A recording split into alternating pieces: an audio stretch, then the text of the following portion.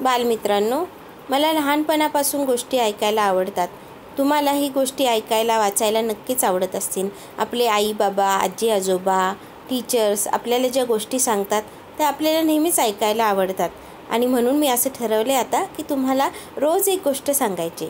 तर आपण पहिल्या गोष्टीपासून सुरू करूया. तर गोष्टीचं नाव आहे सल्ला. एक आटपाट नगर होतं आणि तिथे एक राजा होता. तो शूरवीर होता, बहादूर होता, नम्र होता. शिवाय तो त्याच्या प्रजेची खूप छानपणे काळजी घेत होता. तर एकदा त्याला शिकारीची खूप आवड होती. त्यामुळे एक दिवस त्यांनी ठरवलं की सगळ्या मंत्र्यांना आणि काही नौकरांना घेऊन शिकारीला जायचं. त्याला त्या दिवशी खूप साहस करण्याची अशी हुक्की भरली होती आणि त्याला असं वाटत होतं की मी अशी डेअरिंग करावी की खूप असे हिंस्र माणसांना खाणारा वाघ असेल किंवा पिसाळलेला हत्ती असेल, त्याच्यासमोर आपण जाऊन त्याची शिकार करायची आणि त्याला लढा द्यायचा. त्यामुळं तो सगळ्या सैन्याला घेऊन निघाला शिकारीला फॉरेस्टमध्ये. तर जाता जाता त्याला एक साधू दिसला. आणि हे राजे महाराजे लोक असतात, ते साधू असू द्या, ब्राह्मण असू द्या, पंडित असू द्या किंवा संन्यासी असू द्या, त्यांचा खूप रिस्पेक्ट करतात. तर त्यामुळे तो तिथे जाता जाता त्याला साधू दिसला. तर तो साधू सतत असं म्हणत होता की मी माझा सल्ला 1000 मोहरांना, सोन्याच्या मोहरांना विकेल. ज्याला कोणी हवा आहे तो त्यांनी घ्यावा. तर हे राजाने ऐकलं. आणि राजा कसा खेळकर बुद्धीचा होता आणि त्याला नेहमीच काहीतरी नवीन शिकायला, नवीन प्रयत्न करायला आणि नवीन काहीतरी करायला आवडतं. आणि जसे हे साधू महाराजांचे रिस्पेक्ट पण करणारे असतात, तर त्यांनी विचार केला की 1000 मोहरा म्हणजे काहीच नाही आहे माझ्यासाठी. आणि जर त्यांनी चांगला सल्ला दिला मला, तर तो मला खरंच उपयोगी पडेल पुढे चांगला माणूस होण्यासाठी. त्यामुळे तो त्या साधू महाराजांकडे गेला आणि म्हणाला की महाराज, मी खूप आभारी राहीन की जर तुम्ही मला तुमचा सल्ला दिला. मी तुम्हाला तुमच्या 1000 मोहरा देईल.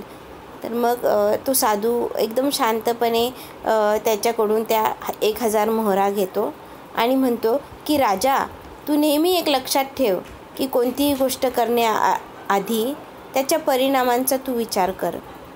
कुठलीही गोष्ट विचार न करता, परिणामांची चिंता न करता घेऊ नकोस. आणि तो साधू मग तिथून निघून जातो. मग सगळे राजाचे जे मंत्री वगैरे असतात तर ते हसायला लागतात. म्हणतात की काय हा साधा सल्ला दिला आहे आणि ह्या साध्या सल्ल्यासाठी राजाने त्याला 1000 सोन्याच्या मोहरा दिल्या. आपला राजा तर मूर्खच आहे. तर मग राजाने हे त्यांचं बोलणं ऐकलं आणि राजाला मनात कळलं की हे लोक काय बोलत आहेत.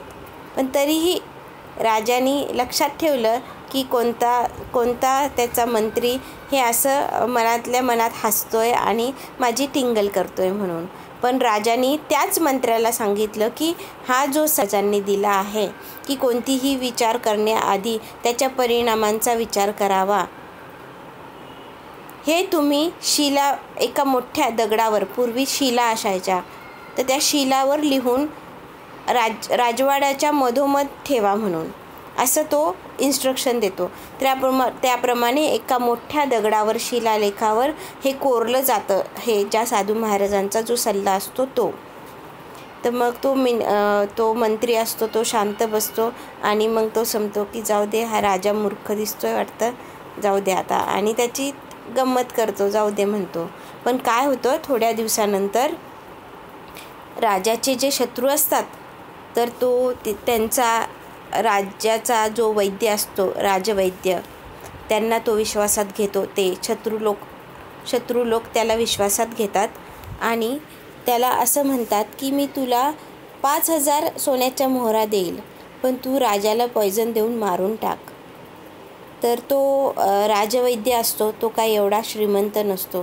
शिवाय त्याची बायको खूप लालची असते आणि तिला खूप पैशाची हाव असते आणि ती नेहमी त्या राजवैद्याला नेहमी दूषणं देत असते की काय मी वैद्याशी लग्न केलं आहे आणि मला काही पैसा नाही, काही नाही. आणि मुलं पण खूप असतात घरात त्यांच्या आणि त्यांना मदत करायला, त्यांच्या आवडीनिवडी भागवायला यांच्याकडे पैसाच नसतो.